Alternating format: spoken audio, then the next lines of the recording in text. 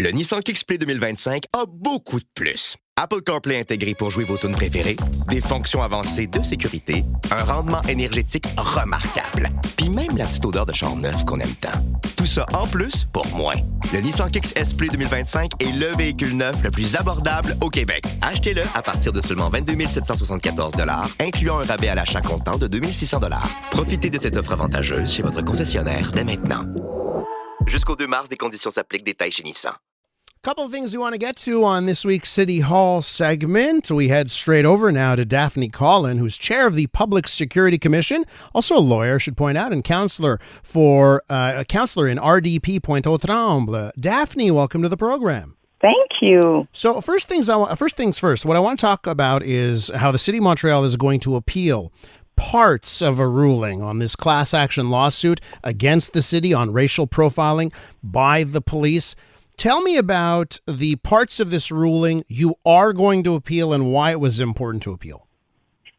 As you know, on September 3rd, the Superior Court handed down the judgment in the class action by La Ligue des Noirs du Québec and Monsieur Alexandre Lamontagne. This ruling, I have to say, is unprecedented, is historic, and we don't have, we agree for most of it. The decision was taken to appeal part of it because we have some questions that remain as to how the remedy should be approached.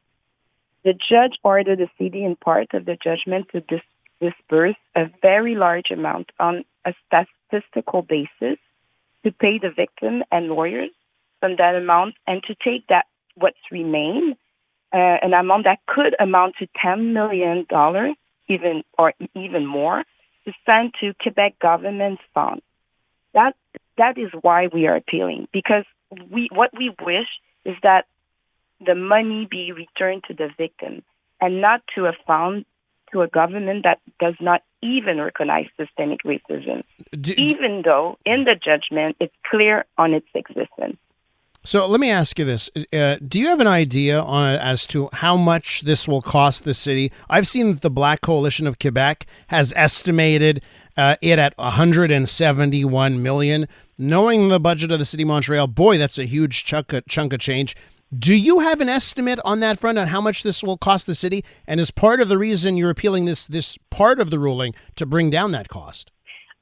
I don't have the amount. We need to sit with La Ligue des Noirs, but I have to tell you that it's not a question of money, because we have no issue paying the victim. Actually, we recognize that the victim should be compensated.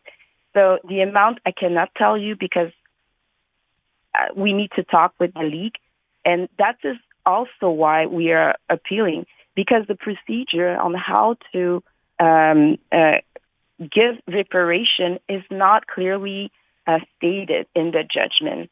So that is one of the reasons why we are appealing. It's not clear, and it needs to be clearer. Well, so what are the changes that have been implemented? Because if you say there is systemic discrimination, the judge has ruled, we agree with that part of the ruling. What are the changes that you've brought on to change this from happening in the future? Actually, I have to say that we were the first city to have an interpellation policy, and we have recognized the profiling and the discrimination within the wall of the city, but we are also continuing working on the source of the problem. The judge is talking specifically about interpellation.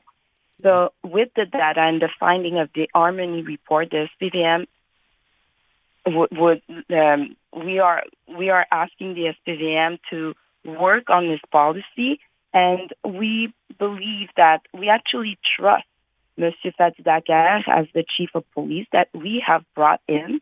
We trust that his values are the same as us and that he embodied a change. And so we are waiting for the SPVM to better the policy that was already created a few years ago. Okay, one other item I want to get to while I have you with us this morning, and that's the news that the City of Montreal is promising a much lower tax increase for the next budget. The promise is property taxes will go up by 1.8%. Now, over the last 2 years, we all remember that the tax increases have been massive. It's not lost on me that next year is an election year. And I just wonder, Daphney, what do you say to someone like me that thinks this is just classic politics? You dinged us for 2 years so you can say, oh, look, we didn't raise your taxes that much when you go into an election.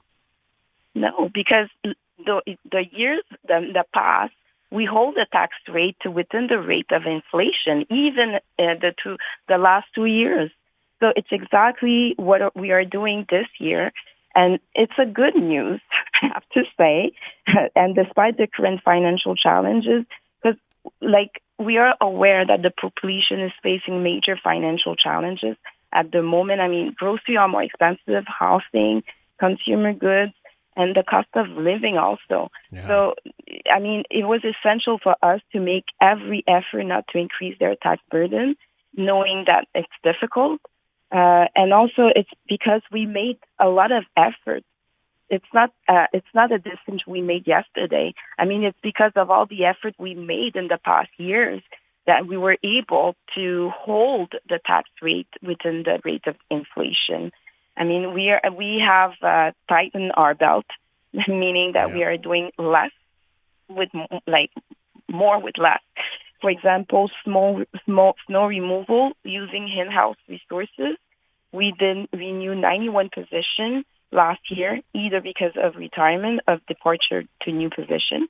And also we announced this at the last budget, and by February of this year, it was done. So it's not something because of re-election. It's something it's the effort we've done for the past year to be able to give that to the Montrealers. And I believe it's what Montrealers expect of us. There's no longer, they no longer have the capacity to pay more. Well, what happens if the property value, because you mentioned the cost of housing has gone through the roof. What happens if, so the tax increase is a low percentage, but the value of their home, the reevaluation increases the value so much. It seems like one way or another, City of Montreal is going to get much more from homeowners. Yeah, but everything is increasing also on our part. I mean, last year, snow removal was increased by 30 to even 100%. I mean, we have to face also increase, and we have to adapt to that. So, I mean, we need money to make sure that all the services for citizens are maintained and efficient and with good quality also. Daphney, we have to leave it there. Thanks so much for your time this morning. Thank you. That's Daphney Colin, chair of the Public Security Commission and a councillor in Rivière-des-Prairies, Pointe-aux-Trembles.